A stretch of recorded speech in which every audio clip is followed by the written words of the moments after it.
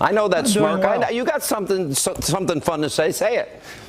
Well, and what struck me was what Comey said back in July was, she's guilty of this, she's guilty of this, she's guilty of this, she's guilty of this, but I'm not sure that she's indictable and could be convicted in a court. But and then, as you've done several times, he goes in front of the Congress and he says, oh, yes, she lied about this, she lied about this. This is the person they were praising. He was already painting a picture of a person who's totally dishonest and who had done things that were clearly, by any reasonable standard, illegal. Now he comes back under enormous pressure, I'm told, by FBI agents internally, many of whom threatened to resign, and a number of whom threatened to go to the Congress as whistleblowers. And he comes back and he says, we're reopening it. Now, I have to tell you, and you and I talked about this on Friday, when I first heard this, I thought, well, what is this kind of, I mean, what does it mean? And then people began to say, and John Podesta fell right for the trap and said, release everything, put it all out there. Fine. Then it turns out by Sunday, oh, there are 650,000 emails that he's looking at. John Podesta wants him to release, I don't think so, 650,000 emails. And then we learned, and you may have already known this because your sources are so much better than mine, but I didn't realize until yesterday that there are 5 FBI field offices that are investigating the Clinton Foundation, that even when Comey was saying, we're not going to go forward on emails, he didn't say anything about over here where they had decided they were going all out with 5 different field offices investigating the foundation for fraud and corruption. You know what's really interesting, though, today? Josh Earnest. Remember, the president was one of those praising Comey back in July. Interesting, the White House. Now, the president's been implicated in this because we learned through WikiLeaks that he was emailing on the private server. He had lied to the American people, said, oh, I learned about this in the media. I had no idea. Now we know he knew. So I suspect Barack Obama is angry. And Barack Obama doesn't want to be dragged into this mess, but he could very well be dragged into it if he knew about it. Look, even the mishandling of classified material is a violation of law. I'll put up the other laws that are applicable here on the side of the screen. Mishandling, removal. Uma Abedin signed a form called an OF-109, a separation agreement that people understand when they leave government that they are maintaining no classified information. If there's one classified bit of material, Uma is going to jail unless she cuts a deal and maybe throws her former boss or her boss down the stairs. This is much deeper.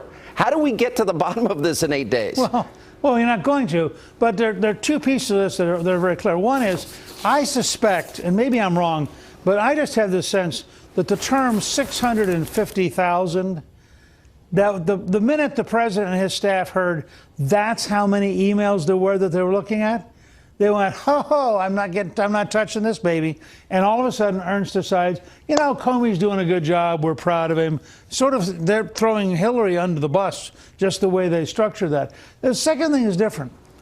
Forget any one thing that happens the next 8 days. But think about this, Mr. Gingrich. 18 U.S.C. 2071. Concealment, removal, mutilation, government records, an attempt to evade. Even just the mishandling is a crime. Removal is a crime. If placing it on an unsecure server, that's a crime. 39 times, she can't recall. I don't remember being briefed because I had a concussion. What else did you forget? I'd like to know if you're having mental issues of some kind and memory issues of some kind. I think the public would need to know that. Well, I think it's ironic that in the 3 presidential debates, she never seemed to fail to remember everything. About Trump. One of the moderators might have said to her, gee, how come you gotten through the whole debate and didn't forget anything? But here's my deeper point. It's not just the emails, and you're right. Now, you have to have a second set over here of all of the laws that she and Bill have probably broken. If you simply take the memo that was written for them, that in 12 pages outlines, in essence, a criminal organization. I think it was Rudy Giuliani who compared it to the Gambino family and said, look, this is why we have RICO as a statute for organized crime. He said, case by case, and Andy McCarthy, who prosecuted the 1993 World Trade Center bombing, has said the same thing. This is a standard RICO organized crime case. But here's my point to the American people.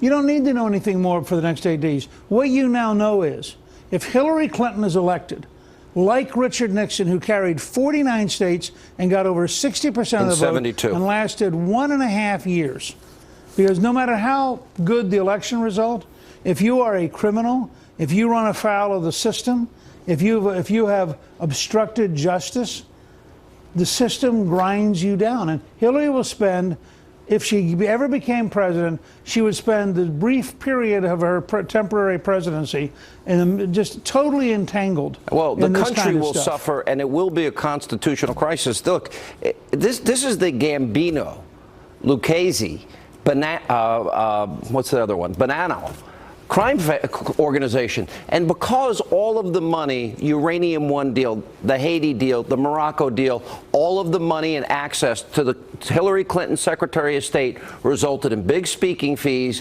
big donations, big donors got connections. They made more money, and more money was funneled back into their foundation. It is so obvious what happened here. You don't need to be an FBI agent to put these dots together, Mr. Speaker. It's clear.